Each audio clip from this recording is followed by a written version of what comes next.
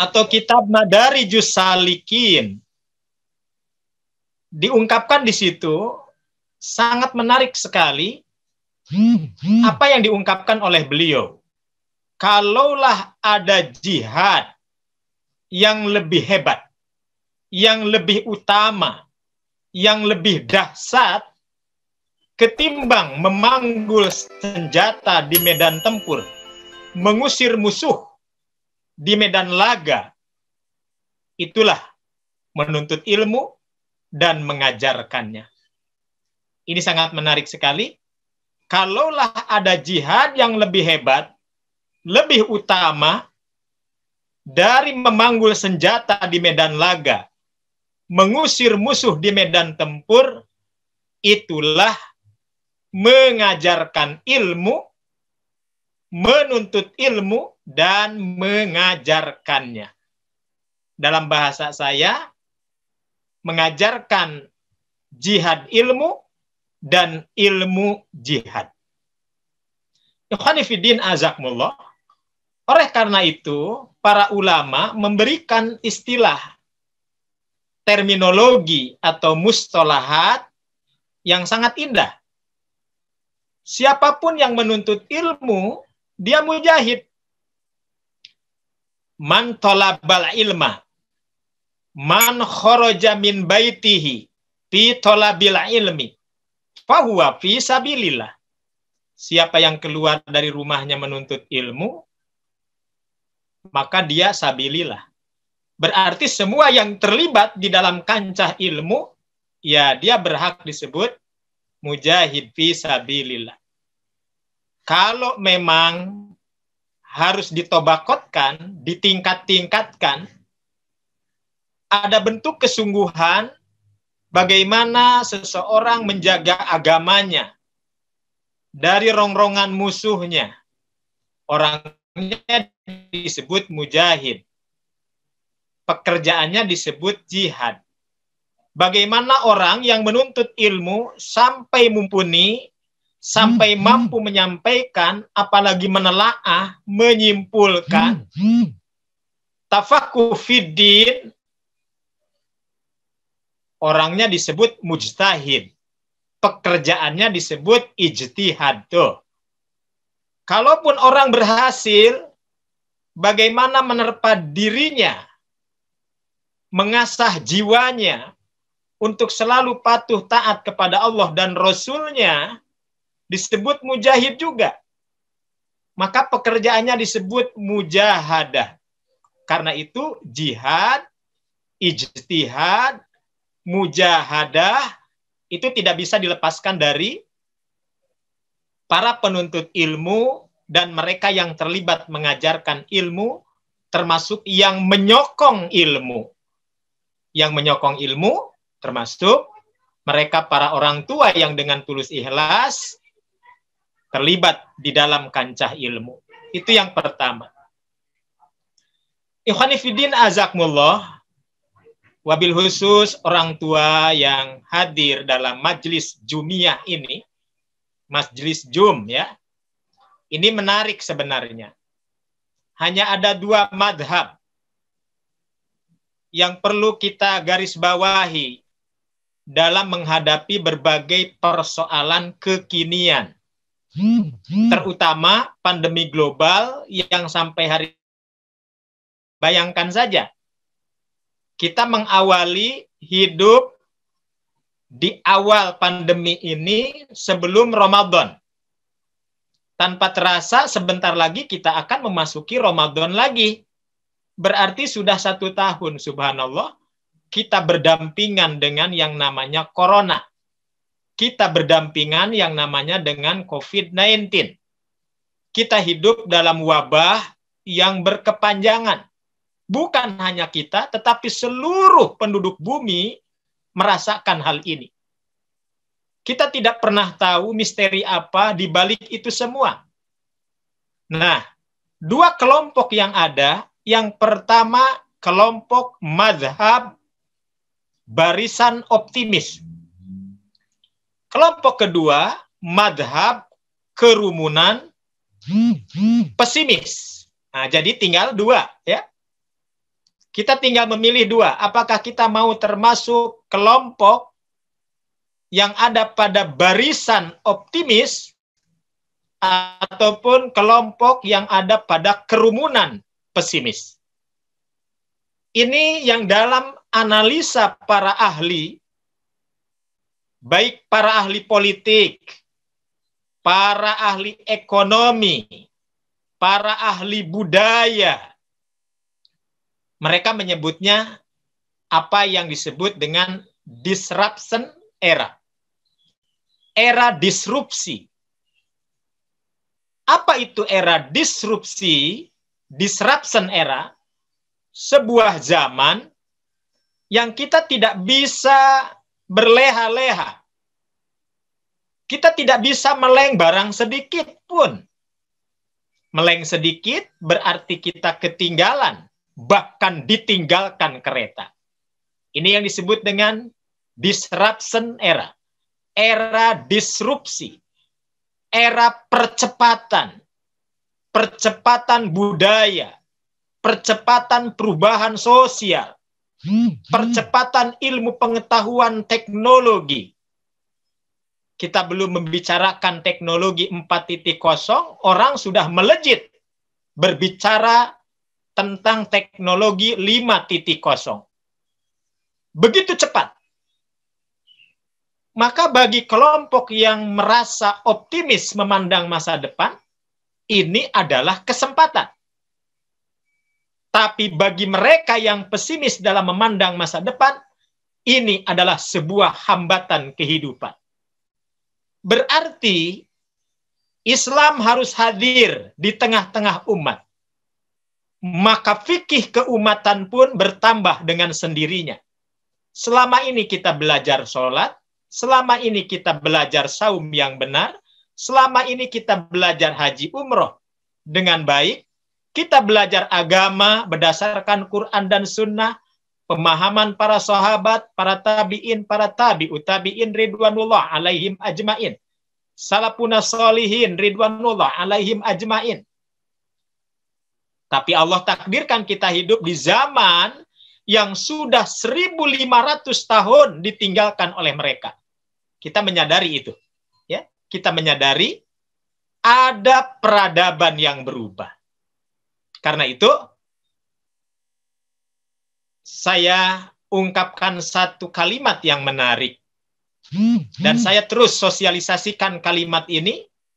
Dan saya sangat tertawan sekali dengan kalimat ini. Sangat terpesona dengan kalimat ini. Likulli zamanin hadoratun walikulli hadaratin thariqatun wa manhajun. Setiap zaman ada peradabannya.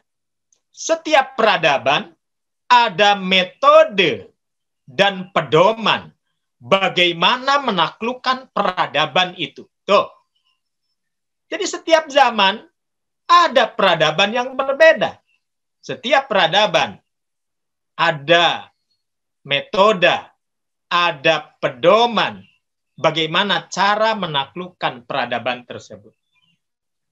Saudara-saudara yang dirahmati Allah Subhanahu wa taala, makanya Nabi selalu memperlihatkan jiwa optimismenya kalau berhadapan dengan anak didik. Nabi selalu memperlihatkan muka yang ceria terhadap para penuntut ilmu. Nabi selalu memberikan motivasi yang mendalam bagi siapapun yang ingin terlibat di dalam perjuangan menegakkan kalimatul haq, al-amru bil ma'ruf wa nahyu anil munkar. Mengajarkan ilmu tafaqquh fiddin dengan ungkapan marhaban biwasiyati Rasulillahi sallallahu alaihi wasallam. Selamat datang bagi para pemangku bagi para penerima wasiat Rasulullah Shallallahu Alaihi Wasallam. Jadi kita disebut oleh Nabi wasiati Rasulillah, ahli waris pemangku wasiat Rasul, katanya tuh. Ini adalah rasa optimisme dari Nabi. Kalau kita dipercaya itu. Ikhwani fiddin azakumullah, berarti saya tidak tahu apakah Bapak Ibu termasuk yang berbahagia, termasuk saya. Apakah saya ini termasuk yang berbahagia 100% atau tidak? Atau paling tidak menerima keadaan yang ada dengan senang hati. Senang, tidak senang, suka, tidak suka, ridho, tidak ridho. Allah sudah menggariskan takdir sejarah. Kita hidup di zaman seperti ini. Ya. Kalau kita memahaminya, menyikapinya dengan pendekatan-pendekatan yang sifatnya pesimisme, tentu akan jauh lebih banyak orang-orang yang depresi, frustasi, ya. Sementara agama mengajarkan kita wala tayasu min rauhillah. Janganlah Anda termasuk orang-orang yang mudah depresi, frustasi dengan keadaan. Bagi mereka yang optimisme akan menyikapinya zaman ini dengan penuh husnudzon. Kita tidak pernah tahu misteri apa di balik yang Allah inginkan. Fa'alun lima yurid. Allah maha berkehendak terhadap apa yang dia inginkan. Kita tidak tahu. Apakah ma ba'dal corona, ma ba'da COVID-19, ma ba'dal wabah. Apa yang bakal terjadi setelah wabah ini? Akan muncul pemimpin-pemimpin yang jauh lebih hebat, yang jauh lebih mencintai Allah dan Rasul-Nya, mencintai agamanya. Akan lahir anak-anak didik yang jauh lebih militan atau lebih terpuruk. Akan lahir orang tua yang penuh sadar atau hanya sekedar menyalahkan keadaan. Termasuk saya sebagai orang tua.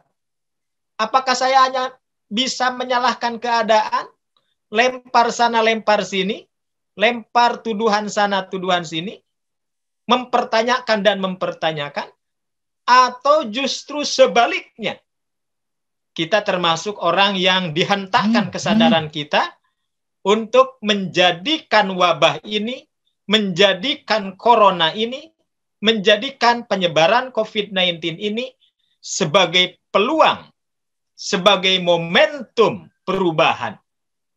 Jadi kita tidak pernah tahu.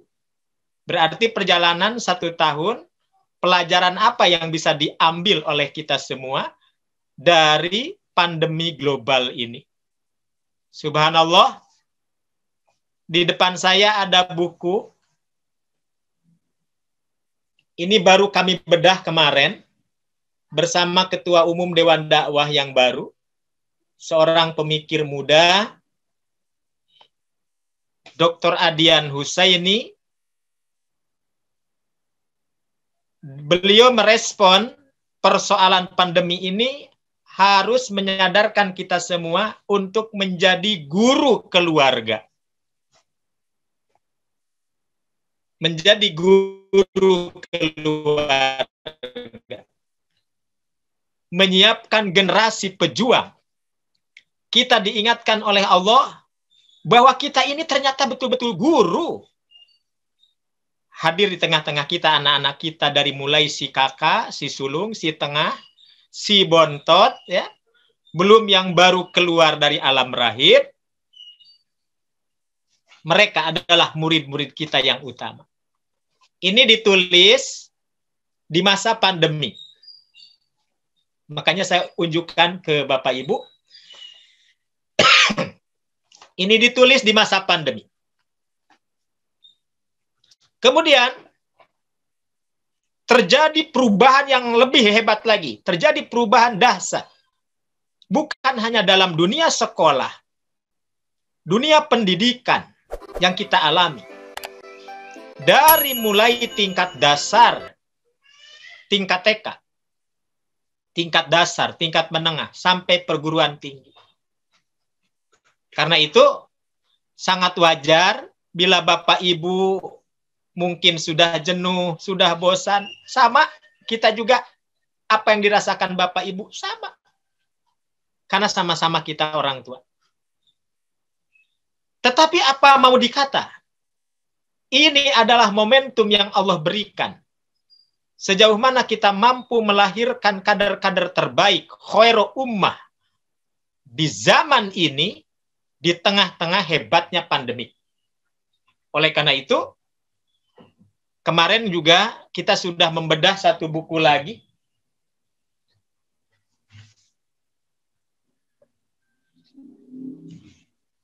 Perguruan tinggi ideal di era disrupsi pasca COVID-19.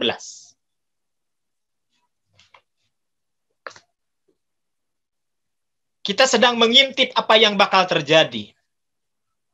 Kita sedang menerka apa terjadi perubahan besar setelah COVID-19.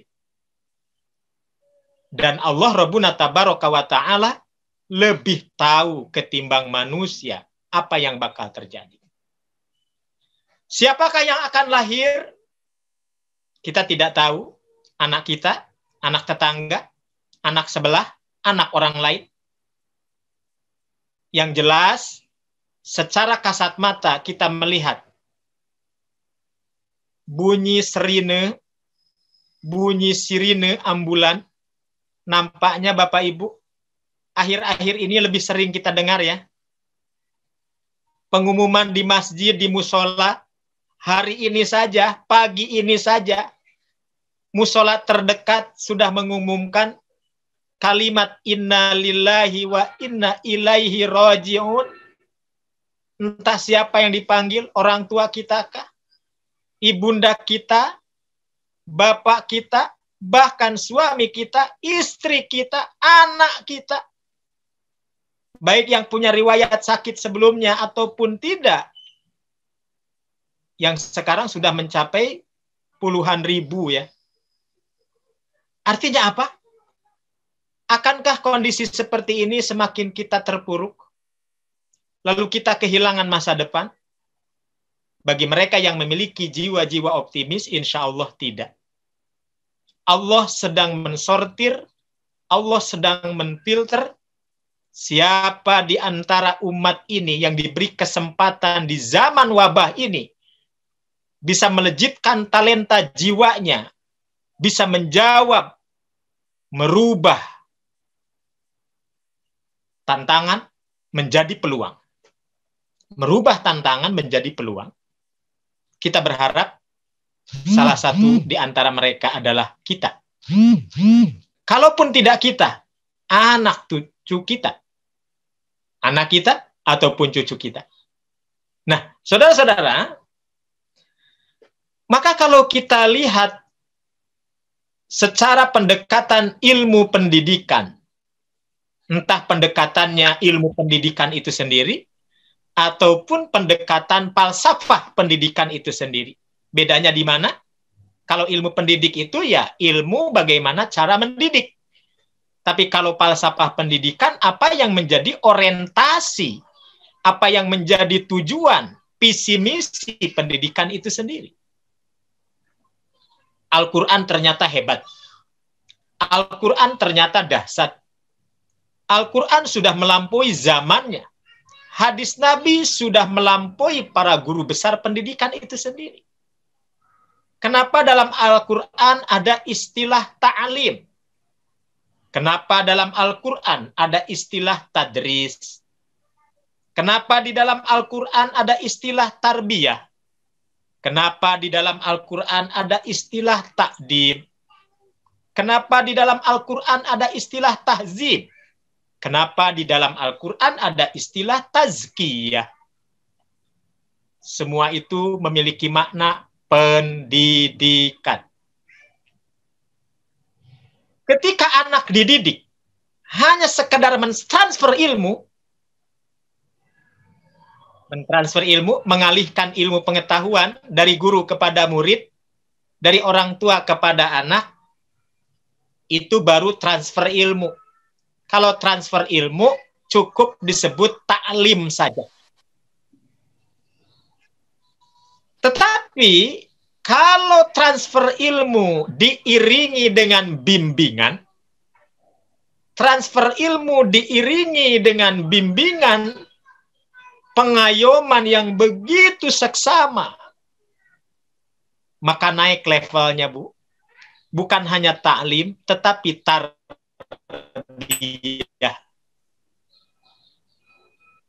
Nah, para ulama mengatakan, kenapa disebut tarbiyah? Ternyata, para ulama bersilang pendapat. Kalimat Rob bisa berarti Tuhan. Tapi kalimat Robaba bisa berarti memomong, mengarahkan. Maka pendidikan artinya proses memomong, proses menggiring agar anak didik mengenal Tuhan. Ini definisi ini bukan sembarangan. Definisi ini dilahirkan dalam konferensi pendidikan internasional secara berkala yang diadakan di kota Makkah Al-Mukarramah tahun 1978. Lalu dibuka lagi konferensi internasional pendidikan Islam di kota Jeddah dan di kota-kota muslimin lainnya. Maka kalimat tarbiyah menjadi kalimat yang dipilih untuk mewakili dari seluruh nama-nama pendidikan. Tuh. Maka gurunya disebut murabbi, muridnya disebut mutarabbi. Imam Ibnu Taimiyah, Imam Ibnu Qayyim Al-Jauziyah, bahkan Abu Hamid Al-Ghazali, terlepas dari perdebatan ulama tentang beliau, mereka sepakat guru disebut murabbi, murid disebut mutarabbi. Tapi ternyata tidak sembarang tolib, tidak sembarang murid, tidak sembarang guru. Ditambah kata sifat, kalau jadi guru, jadilah alimun robbani. Guru yang selalu memposisikan Tuhan di atas segalanya.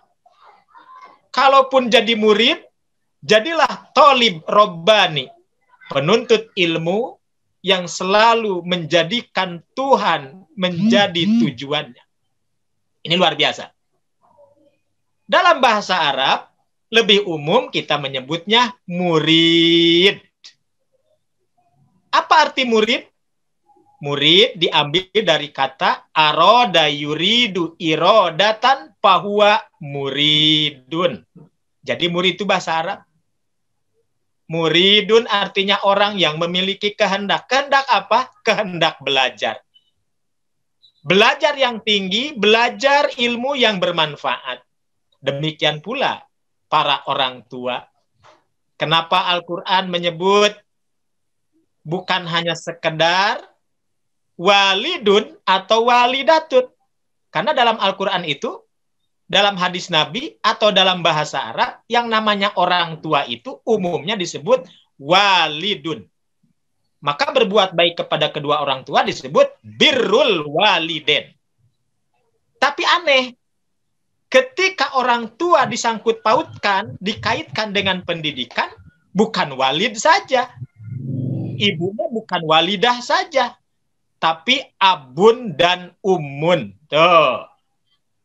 Jadi Bapak Ibu semua, mau panggilannya papa mama, mau panggilannya nyak babe, mau panggilannya ibu bapak, emak bapak, papih mami, pada prinsipnya bapak ibu itu abi dan umi. Jadi para abi dan umi sekalian, kalau definisinya sudah abi dan umi, itu lain lagi persoalannya. Kullu mauludin yuladu alal fitrati pa'abawahu. Tuh. Di situ ada kata pa'abawahu. Setiap manusia lahir, maulud,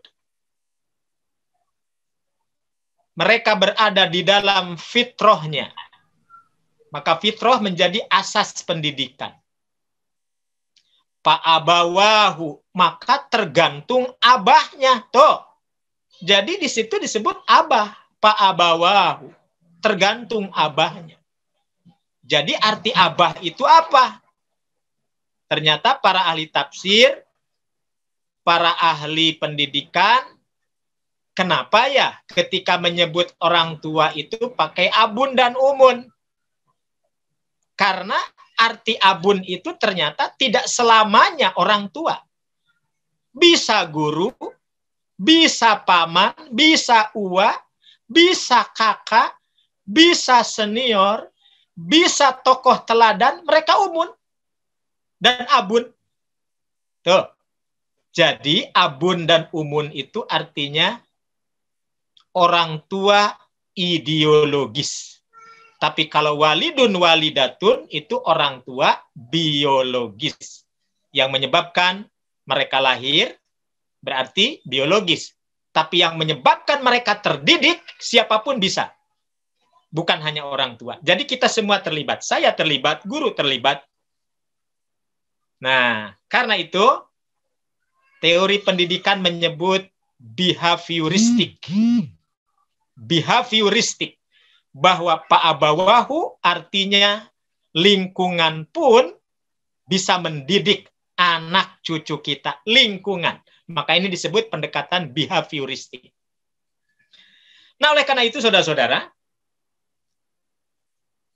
orang-orang Yunani mengenal kata pengelompokan orang belajar, mereka menyebutnya skole. Skole. Jadi bahasa kita sekolah. Lari ke orang Sunda jadi sakola. Ya. Kita menyebutnya dengan bahasa anak kecil cakola. Cakola, sakola, sekoleh. Bahasa Inggrisnya college. Nah, Al-Quran menyebut lain lagi, madrasah. Kunu robaniyin bima kuntum tu'allimunal kitaba wa bima kuntum tadrusun. Jadilah kalian insan robani, kata Allah, terhadap apa yang dipelajari dari Alkitab dan dari apa yang dikaji ulang. Berarti sekolah itu, kenapa sekolah disebut madrasah? Karena madrasah itu tempat mengkaji ulang. Ada ulangannya, ada UTS-nya, ada UAS-nya. Tuh. Orang tua dididik, guru-guru belajar. Ada taklim di masjid masing-masing. Karena nggak ada ulangannya disebut majelis taklim. Tapi kalau ada ulangannya, itu jadi madrasah, Bu, namanya. Karena ada ulangannya. Maka disebut tadris, itu ada proses kaji ulang. Maka sekolah adalah tempat proses kaji ulang. Kalau sekedar mentransfer ilmu, kalau sekedar mengkaji ulang, murid dapat ponten 9, murid dapat ponten 8, sesuai dengan IQ, sesuai dengan apa yang mereka upayakan dari belajarnya, selesai persoalan. Tapi ada yang tidak bisa ditransferkan melalui itu semua. Makanya ketika zaman wabah ini, kalau sekedar transfer ilmu bisa pakai Zoom. Ya Bu ya. Jadi mendidik anak pakai Zoom. Terlepas dari plus minusnya tadi, Ustadz Agus menyampaikan. Transfer ilmu bisa pakai Zoom. Bahkan UTS, UAS pun bisa pakai Zoom. Tapi ada yang tidak bisa pakai Zoom. Ada yang tidak bisa pakai dunia maya. Harus dalam dunia nyata. Apa itu? Yakni proses tarbiyah. Proses ta'dib. Proses tazkiyah.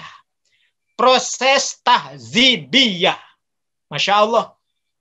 Ternyata jauh lebih banyak yang tidak bisa di-zoomkan daripada yang bisa di-zoomkan. Transfer ilmu bisa di-zoomkan. Proses kaji ulang, baca buku bisa di rumah. bisa dibimbing melalui internet, bisa dibimbing melalui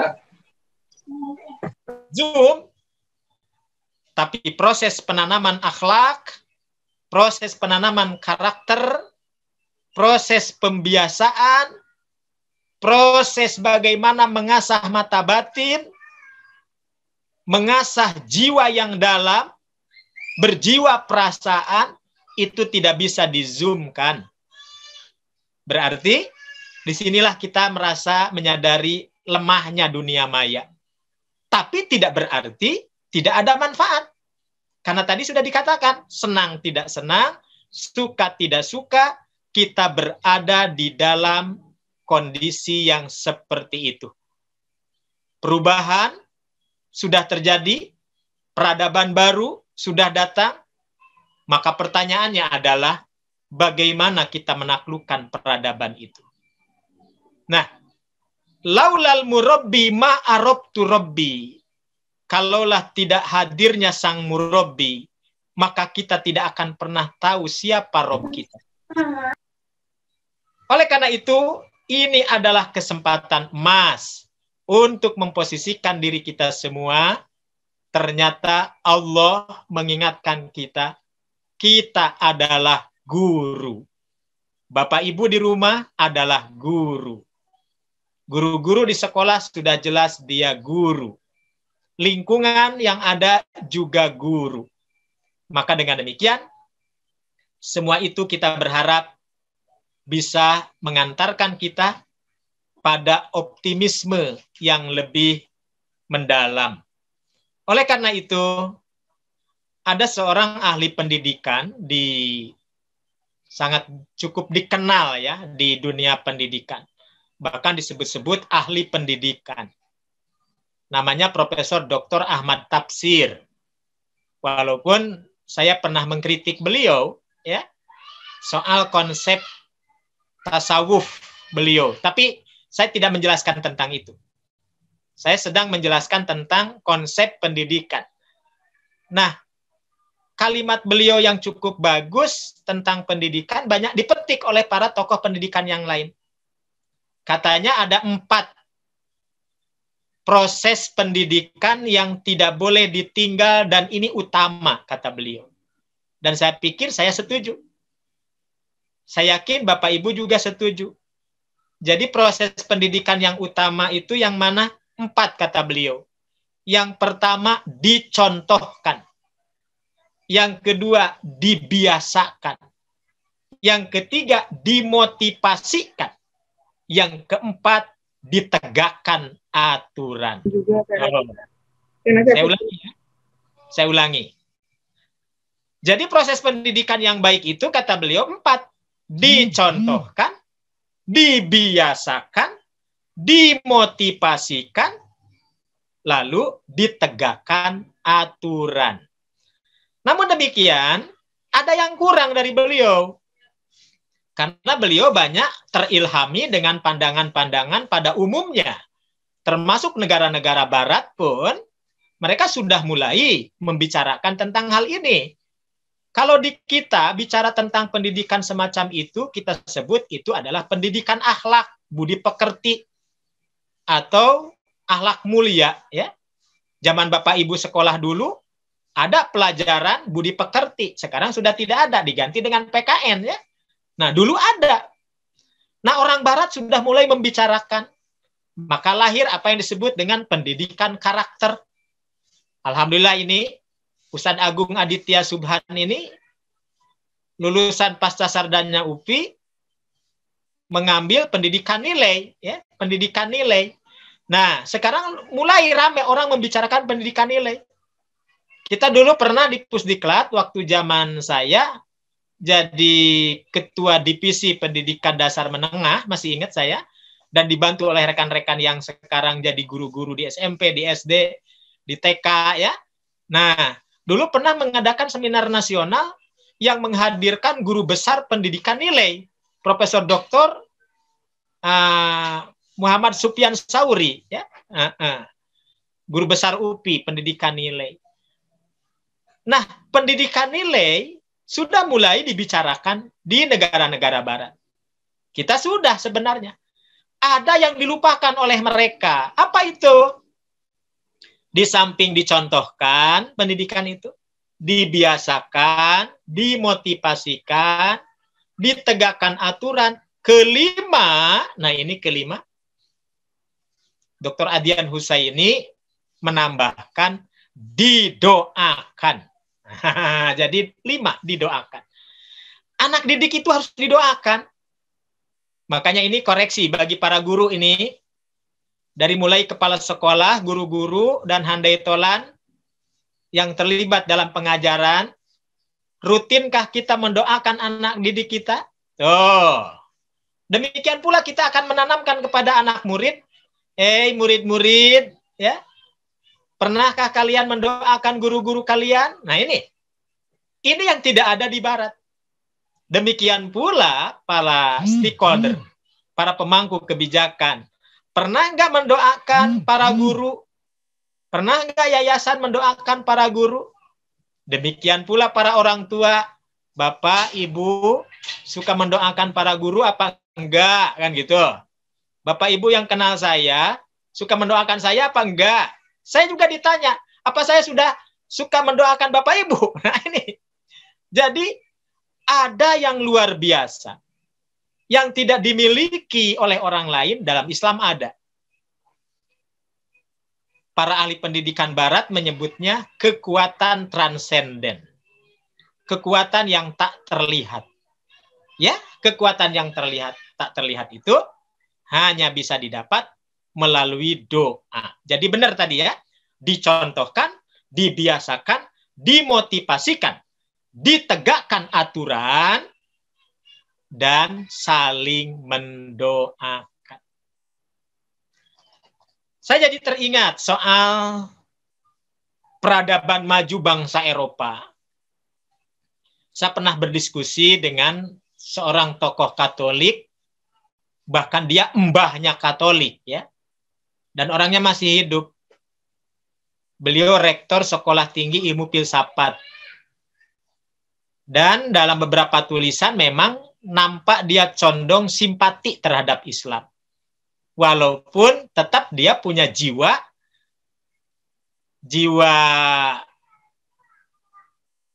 teologisnya yang tidak bisa hilang, ya. Artinya dia sangat fanatik terhadap apa yang dia yakini dengan kekatolikannya. Kata beliau, Eropa berhutang budi. Kalaulah Islam tidak hadir di daratan Eropa, maka sampai kini benua Eropa dalam kegelapan. Berarti Islam sudah membawakan peradaban maju, membuka lahan di benua Eropa. Maka sejak zaman Sultan atau Khalifah Abdurrahman Ad-Dakhil atau khalifah-khalifah yang lain dari zaman ke zaman, karena cukup banyak, ya. Bayangkan saja 8 abad. 8 abad itu kan 800 tahun, ya. Belanda saja menjajah kita hanya kuat 350 tahun. Islam tidak pernah menjajah Eropa, tapi Islam diterima di Eropa 800 tahun. Ya, bedanya berapa tuh? 800 tahun dengan 350 tahun. Yang sampai kini orang-orang Eropa begitu terkesan dengan pesan-pesan ulama-ulama muslimin di zamannya. Para ilmuwan-ilmuwan muslimin di zamannya. Terkesan. Maka mereka menuliskan kesan-kesan itu, ditulis dalam tinta emas sejarah, digoreskan di pintu gerbang Cordova. Di pintu gerbang Cordova. Apa yang ditulis di pintu gerbang Cordova yang diingat terus oleh bangsa Eropa kini? Kata mereka, Islam bertahan di Eropa menjadi zaman pencerahan karena 4 hal. Tuh, karena 4 hal. Yang pertama, adilun umara'uhu. Para pemimpin kaum muslimin di Eropa pada masa keemasan terdiri dari para pemimpin yang adil. Masya Allah, para pemimpin yang adil. Yang kedua, alimun ulama'uhu. Para ulamanya, para alimnya, para cerdik pandai, para ilmuwan, para ulamanya, alimun ulama'uhu. Mereka adalah ahli ilmu, ilmuwan, ulama yang bertanggung jawab terhadap ilmunya. Jadi agama betul-betul dipagari oleh para ahli ilmu, bukan ulama, bukan ilmuwan yang menjual pemahamannya, yang menjual akidahnya, hanya kepentingan sesaat lalu menghilangkan nilai keilmuannya. Bukan itu. Tapi alimun ulama'uhu. Kehebatan para ulamanya, para ilmuwan. Maka dulu ulama itu bukan lahir di Madinah saja. Ulama tidak lahir di Mekah saja. Ulama tidak lahir di Mesir saja, di Damaskus saja. Imam Malik lahir di Madinah. Imam Syafi'i di mana? Di Mesir apa di Irak? Imam Suyuti di provinsi Asyut, makanya disebut As-Suyuti, karena dia lahir di provinsi Asyut. Asyut ada di mana? Di Mesir. Imam Ibnu Katsir, Ibnu Qayyim Al-Jauzi di mana? Di Damaskus, makanya disebut Ad-Dimaski. Imam Ibnu Rajab Al-Hambali, Imam An-Nawawi lahir di mana? Di Nawa, provinsi Nawa ada di mana? Di Damaskus, di Syria. Tapi jangan salah, ulama-ulama pun lahir di Eropa. Kenapa disebut tafsir Al-Qurtubi? Karena memang yang mengarang Imam Qurtubi. Kenapa disebut Qurtubi? Karena dia lahir di Cordova. Tuh. Ada kitab yang dikaji oleh para penuntut ilmu di majlis-majlis ilmu sekarang dipelajari ya. Kitab Al-I'tisam ilal Kitabi was Sunnah. Siapa yang ngarang? Al-Imam Asy-Syatibi Al-Jaranuti. Kenapa disebut Al-Jaranuti? Karena dia lahir di Granada. Granada ada di mana? Di Spanyol. Karena kalau lahirnya di Garut, Al-Garuti ya. Karena lahirnya di Granada, jadi Al-Garanuti. Tuh. Ada imam ahli fikih. Kelahiran Andalusia. Siapakah beliau? Imam Ibnu Hazm Al-Andalusia. Kitabnya Al-Muhalla. Kitab akidahnya Al-Fisal fil Milal wal Ahwa wan Nihal. Kitab sastranya, kitab yang bicara tentang budaya, Tukul Hamamah, dan kitab-kitab yang lain. Lahir di Eropa. 8 abad. Tuh, Islam mencerahkan. Yang ketiga, apa yang menyebabkan mereka maju? Syamahatun agniyauhum. Orang-orang kayanya dermawan. Jadi dulu yang namanya pendidikan itu memang betul-betul banyak digratiskan di zaman kekhalifahan Islam ini. Ya. Di zaman kesultanan Islam itu. Pokoknya anak negeri kewajibannya sekolah. Kewajiban negara membiayai. Subhanallah. Maka lahir ulama-ulama. Setiap ulama punya karya, lalu dipertontonkan ke halayak, diumumkan, ini ada ulama baru. Ini kitab karyanya. Di zaman kekhalifahan Abbasiyah, setiap ulama yang mengarang kitab, maka kitabnya ditimbang dengan berat emas. Bayangkan kalau kitabnya sampai berjilid-jilid, ditimbang ada 20 kilo, berarti dia berhak mendapatkan hadiah 20 kilogram emas. Dan itu diberikan oleh Sultan kepada para pengkaji ilmu. Bukan sebaliknya, ulama direndahkan, ulama dilecehkan, ulama dibuli. Ya? Wah, ini. Jadi, ulama dijunjung tinggi. Orang kaya begitu menyayangi ulama. mendanai. Dari apa? Zakat, infak, sodakoh lancar dengan baik. Ditambah apalagi yang menyebabkan mereka berjaya. Pilar yang keempat adalah syaja'atun askariyatuhum. Askarnya, tentara-tentaranya, penggawa-penggawa kerajaannya, penggawa-penggawa negerinya terdiri dari orang-orang berani.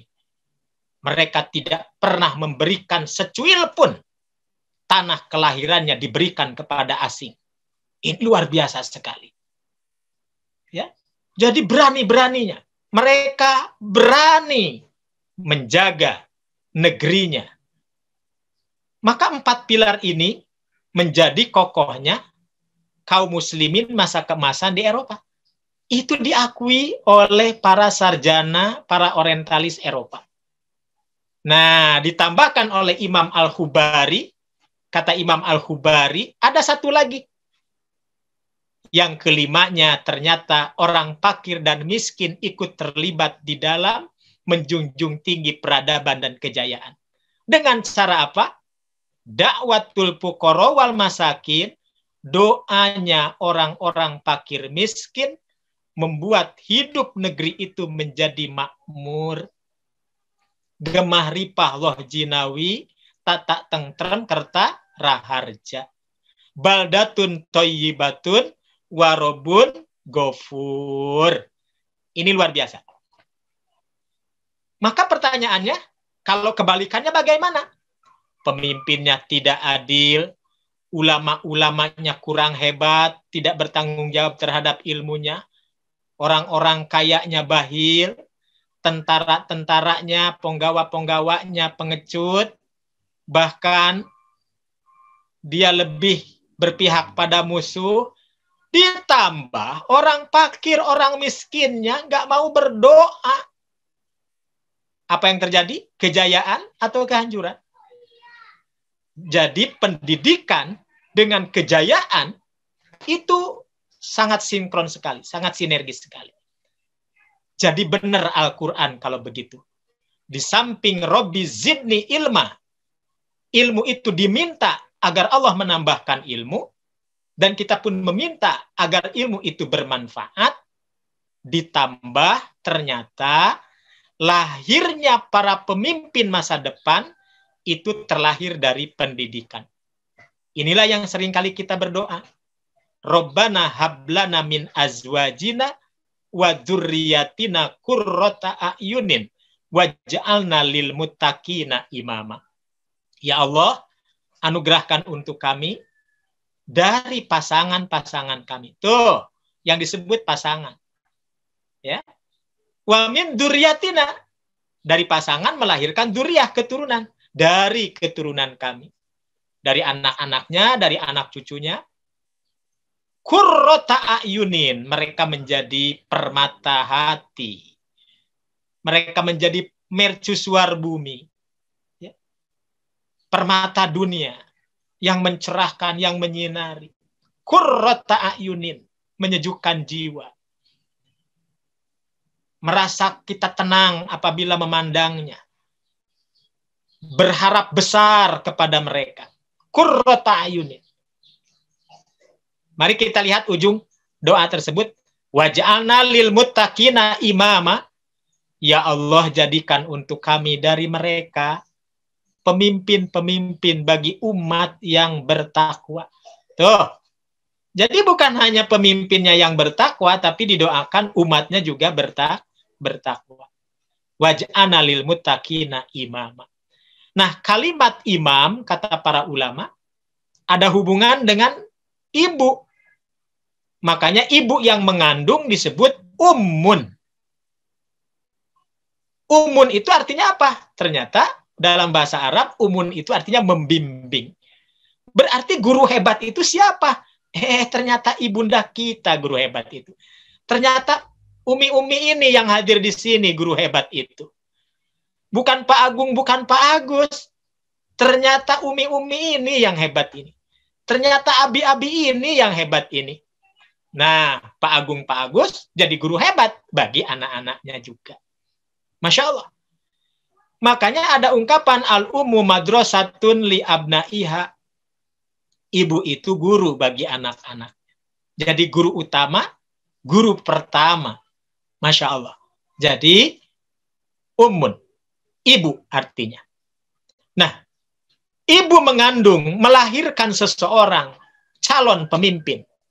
Maka pemimpin dalam bahasa Arab disebut imamun. Tuh, ummun melahirkan imamun, imam. Apa sifat imam? Apa karakter imam? Karakter imam itu memimpin peradaban, memimpin masa depan. Dia ada di garda paling depan. Maka kata di depan dalam bahasa Arab disebut amamun. Tuh, umun, imamun, amamun. Sama ya? Hurufnya sama. Untuk apa di depan? Memimpin apa? Peradaban untuk siapa? Untuk ummatun. Agar umat menjadi khairu ummatin. Kuntum khairu ummah ukhrijat linnasi ta'muruna bil ma'ruf wa tanhauna 'anil munkar wa tu'minuna billah. Nyambung? Nyambung. Jadi nyambung. Ini Islam. Sedemikian hebatnya Islam, sedemikian dalamnya Islam. Baik. Tanpa terasa, sudah berapa menit ini, ya? Kita akan mengakhiri, ya. Nah, jadi selama ini kita berdebat, selama ini kita berdiskusi. Saya diutus oleh Dewan Dakwah Pusat untuk mewakili Ketua Umum. Hadir di DPR, di MPR tentang undang-undang pesantren. Ada banyak rancangan undang-undang yang diperdebatkan. Tapi ada hal yang dilupakan. Apa itu? Sentuhan-sentuhan yang menjadi substansi, yang menjadi esensi, yang menjadi isi ruh. Kenapa orang dididik itu? Orang berdebat soal sarana dan prasarana. Orang berdebat soal bagaimana regulasi bantuan. Munculnya bisa mendirikan gedung ini dan itu. Bagaimana prosentasi penggajian dan lain sebagainya. Ada sesuatu substansi yang hilang ketika orang berbicara tentang itu. Saya sebagai pendidik, saya sebagai penggiat pendidikan, saya sangat mengalami keprihatinan. Saya sangat merasakan itu semua. Apalagi kalau berjumpa dengan para pegiat pendidikan, lalu mereka yang dalam obrolan hanya membicarakan bagaimana sertifikasinya sudah keluar, bagaimana honor daerahnya sudah keluar, bagaimana anggaran yang sekarang, kapan saya diangkat, seperti apa, dan lain sebagainya, lalu menghilangkan substansi pendidikan itu sendiri, kita berlindung kepada Allah Subhanahu wa Ta'ala untuk dijauhkan dari itu semua. Itu adalah penting, tapi ada yang jauh lebih penting. Itulah kenapa dalam teori pendidikan, Profesor Muhammad Yunus, dalam kalimat yang paling populer, ternyata bahan ajar itu penting. Tapi ternyata ada yang jauh lebih penting dari bahan ajar. Apa itu? Metode pengajarannya, thoriqohnya. Tapi ternyata ada yang jauh lebih penting dari thoriqoh itu. Apa itu? Guru itu sendiri. Lalu kata para ulama, ada yang jauh lebih penting dari sekedar guru. Apa itu? Ruhul mudarris. Roh seorang guru. Kalau ruh seorang gurunya sudah hilang dari keguruannya, roh murid sudah hilang dari ruh muridnya, roh orang tua hilang dari roh orang tuanya, maka apa yang terjadi? Kita tidak akan pernah menyaksikan, menikmati, mensyukuri hasil dari karya produk pendidikan masa depan itu sesuai dengan harapan mimpi-mimpi baik kita. Padahal kita sudah berazam, fa inna ahlamal yaum haqiqatul ghad. Apa yang kita impikan hari ini, semoga menjadi kenyataan di masa yang akan datang. Ikhwani fiddin azakumullah. Karena itulah ditekankan di sini 6 rukun. 6 rukun. Kalau 6 rukun dalam versi rancangan undang-undang atau yang sudah diundang-undangkan, rukun pesantren, rukun sekolah agama Islam itu Pertama ada pondok pesantren, kedua ada kiai, ketiga ada santri, ada masjid, ada kitab kuning, ya. Tuh. Dijumlah semuanya 6. Nah, yang substansi lupa. Kita tambahkan. Yang 6 itu apa? Di samping 6 yang ada, ditambah 6 yang lain. Jadi ngikutin rukun iman ya, ada 6. Keteladanan. Ini. Keteladanan. Yang tadi tidak bisa ditransfer pakai Zoom itu. Ya. Tidak bisa didaringkan. Keteladanan. Yang kedua, penanaman adab. Penanaman adab juga tidak bisa didaringkan. Kecuali adab di dalam komunikasi saja. Yang ketiga, proses tapakuh fiddin. Agama itu penting. Dari semua level, dari semua jurusan, apapun jurusan yang ditempuh oleh anak didik, agama adalah nomor 1. Tapakuh fiddin. Memiliki jiwa agama yang tinggi. Kalau orang dewasa, jiwa dakwah yang tinggi. Kemudian, jiwa keumatan. Jiwa senyawa dengan umat. Kita ini bagian dari umat, umat itu bagian dari kita. Kita adalah bagian dari umat dan kita hidup di tengah-tengah umat. Maka terjadilah apa yang disebut dengan sinergi sosial. Yang kita hidup di dalamnya. Dan yang terakhir, penanaman, pengenalan tentang kemajuan zaman. Ilmu-ilmu kontemporer. Karenanya, itu semua hanya bisa dibangun. Yang pertama, kita utamakan pendidikan akhlak mulia. Yang kedua, mengutamakan tafakuh fiddinnya. Dan yang ketiga, bagaimana kita bisa mengajarkan, mengarahkan, menyiapkan generasi masa depan bagi mereka orang-orang yang memilih ilmu-ilmu fardu kifayah yang tepat. Nah, maka dalam diskusi pendidikan yang pernah digelar, kalau di zaman Imam Ghazali, hukum belajar itu ada 2, fardu ain, fardu kifayah. Fardu ain berarti ilmu agama, fardu kifayah adalah ilmu dunia. Sekarang dirubah. Jadi pendekatannya dirubah. Kalau begitu memisah-misahkan ilmu antara ilmu dunia dengan ilmu syar'i. Nah, secara hukum sekarang berubah. Mempelajari ilmu agama, dasar-dasar ilmu agama. Mempelajari dasar-dasar ilmu dunia. Dua-duanya fardu ain. Jadi dua-duanya fardu ain. Tapi membentuk spesialisasi, spesifikasi keilmuan. Ada yang ahli ilmu hadis, ada yang ahli ilmu fikih, ada yang ahli ilmu usul fikih, ilmu sirah. Fardu kifayah. Tidak semua bisa. Demikian pula, ada yang ahli ilmu kelautan, ada yang ahli ilmu maritim, ya, kelautan. Ada ilmu tentang gunung.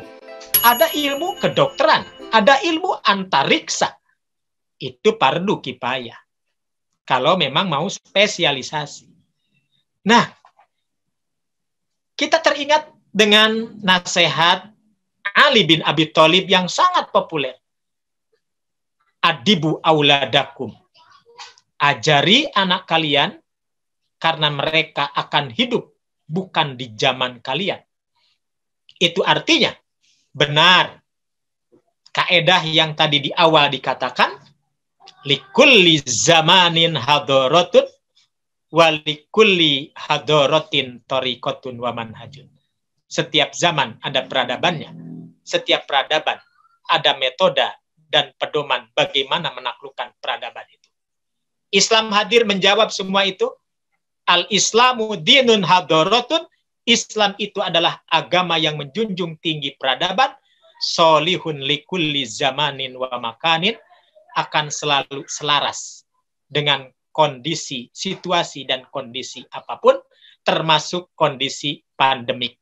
Saya berharap dari kondisi pandemik ini, mudah-mudahan akan lahir generasi-generasi pejuang dari anak cucu kita. Demikian yang bisa saya sampaikan, kurang lebihnya mohon maaf. Aqulu qouli hadza wa astaghfirullah li wa lakum. Wassalamualaikum warahmatullahi wabarakatuh.